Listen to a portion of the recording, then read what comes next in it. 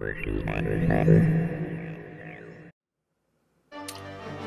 Wonderland Murders, also known as the Laurel Canyon Murders, occurred in Los Angeles, California on July 1st, 1981.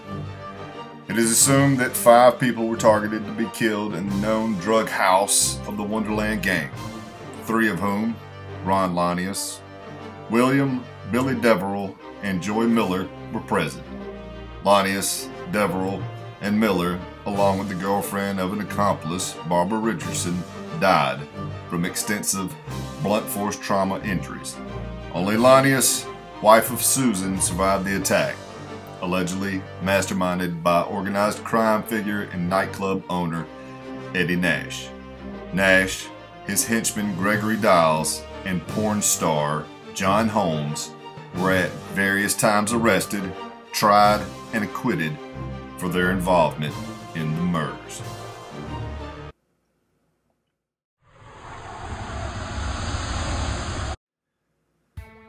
The Wonderland gang was centered on the occupants of a rented townhouse at 8763 Wonderland Avenue in the Laurel Canyon section of Los Angeles, California. Leader, Ronald Lee, Ron Lanius. Second in command, William Raymond Billy Deverell. Deverell's girlfriend, Joy Audrey Gold Miller, who was also the leaseholder for the townhouse, Tracy Raymond McCourt, and David Clay Lynn. All 5 were involved in drug use and drug dealing. On June 29, 1981, Lanius, Deverell, Lynn, and McCourt committed a brutal home invasion and armed robbery at the home of Eddie Nash, a nightclub owner and organized crime figure. The incident resulted in Nash's bodyguard, Gregory DeWitt Diles, being shot and injured. Nash suspected that porn star John Holmes had been involved, as he had been at Nash's house 3 times on the morning of the attack, at which times Holmes left the sliding door open. Nash sent Diles to retrieve Holmes for questioning.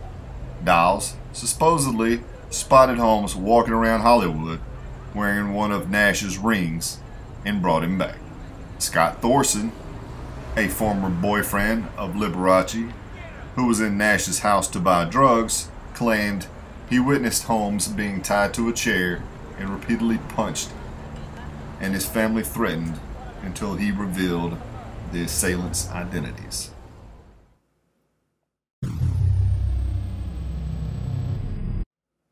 Around 4:30 a.m. on July 1st, 1981, 2 days after the robbery, an unknown number of unidentified men entered the Wonderland Avenue townhouse and bludgeoned Lanius, Deverell, Miller, and Barbara Richardson, Lynn's girlfriend, who had been visiting, to death. The weapons used by the killers were believed to be a combination of hammers and metal pipes. Richardson's bloodied body was found on the living room floor, beside the couch where she had been sleeping that night. Miller was found on her bed with Deverell at the foot of the bed in an upright position leaning against the TV stand. A hammer was found on the bed. Lanius was found beaten to death on his bed with his gravely injured wife, Susan, beside him on the floor. Both bedrooms had been thoroughly searched and ransacked. Despite suffering severe brain damage in the attack, Susan ultimately survived and recovered, although she was left with permanent amnesia regarding the night of her attack, had to have part of her skull surgically removed, and lost part of one finger. Neither Lynn nor McCourt were present during the attack.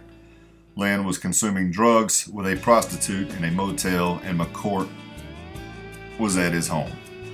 Lynn died of a heroin overdose in '95, and McCourt died in 2006. Although neighbors would later report having heard loud screams around 3 a.m., no phone calls were placed to the police until 4 p.m. on July 1st, over 12 hours later, when furniture movers working at the house next door to the crime scene heard Susan moaning and went to investigate. The house was notorious for round-the-clock mayhem and debauchery, and when questioned, neighbors said the Wonderland gang's drug-fueled parties often included loud, violent screaming and disruptive noise. So when they heard the murders occurring, they simply believed another party was taking place.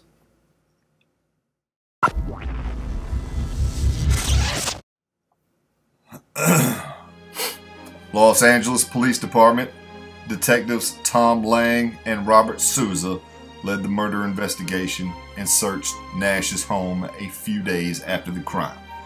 There they found more than $1 million worth of cocaine, as well as some items stolen from the Wonderland Avenue townhouse. An initial theory of the murder centered it on Holmes. After his left palm print was found at the crime scene on the Linnaeus headboard, he was arrested and charged with 4 counts of murder in March 1982. The prosecutor, Los Angeles Deputy District Attorney Ron Cohen, attempted to prove Holmes was a willing participant who betrayed the gang after not getting a full share of the loot from the Nash robbery.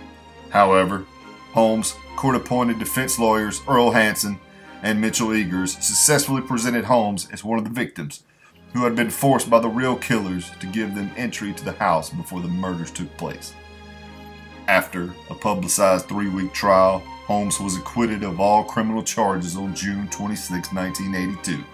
For refusing to testify or cooperate with authorities, he spent 110 days in jail for contempt of court.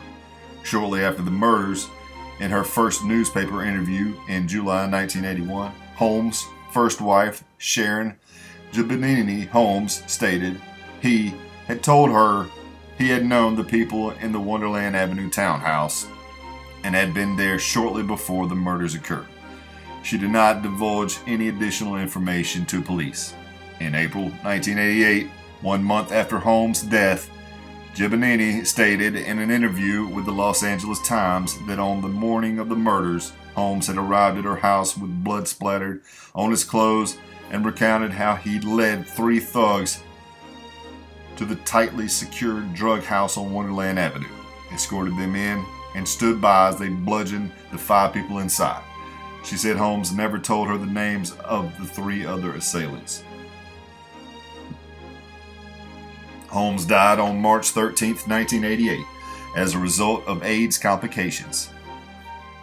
Oh, yeah, he kind of turned gay there toward the end of his career and did some, weird porn stuff. Anyway, just a side note. 1 month before he died, 2 LAPD detectives visited Holmes at the Veterans Administration Hospital where he was convalescing to question him about the murders. Nothing came out of the visit because Holmes was barely awake and his responses to their questions were incoherent. In 1990, Nash was charged in a California state court with having planned the murders, and Dials was charged as a participant. Thorson testified against them, but the trial ended with a hung jury vote of 11-1 for conviction. A second trial in 1991 ended in acquittal for both Nash and Dials. Dials died from liver failure in 1997. In 2000, after a 4-year joint investigation involving local and federal authorities, Nash was arrested, indicted on federal charges under the Racketeering, Influenced, and Corrupt Organizations Act, or RICO, for running a drug trafficking and money laundering operation, conspiring to carry out the Wonderland murders, and bribing the sole holdout juror of his first trial.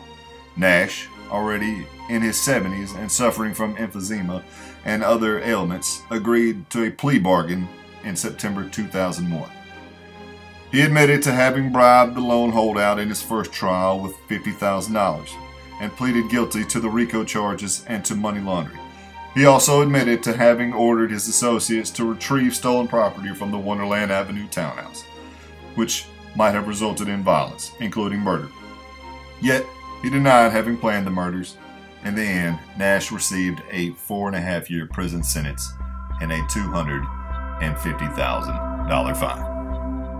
So, these murders are supposedly unsolved, but what do you think? Did John Holmes have anything to do with this? Did Eddie Nash? You're still on record as of today, unsolved.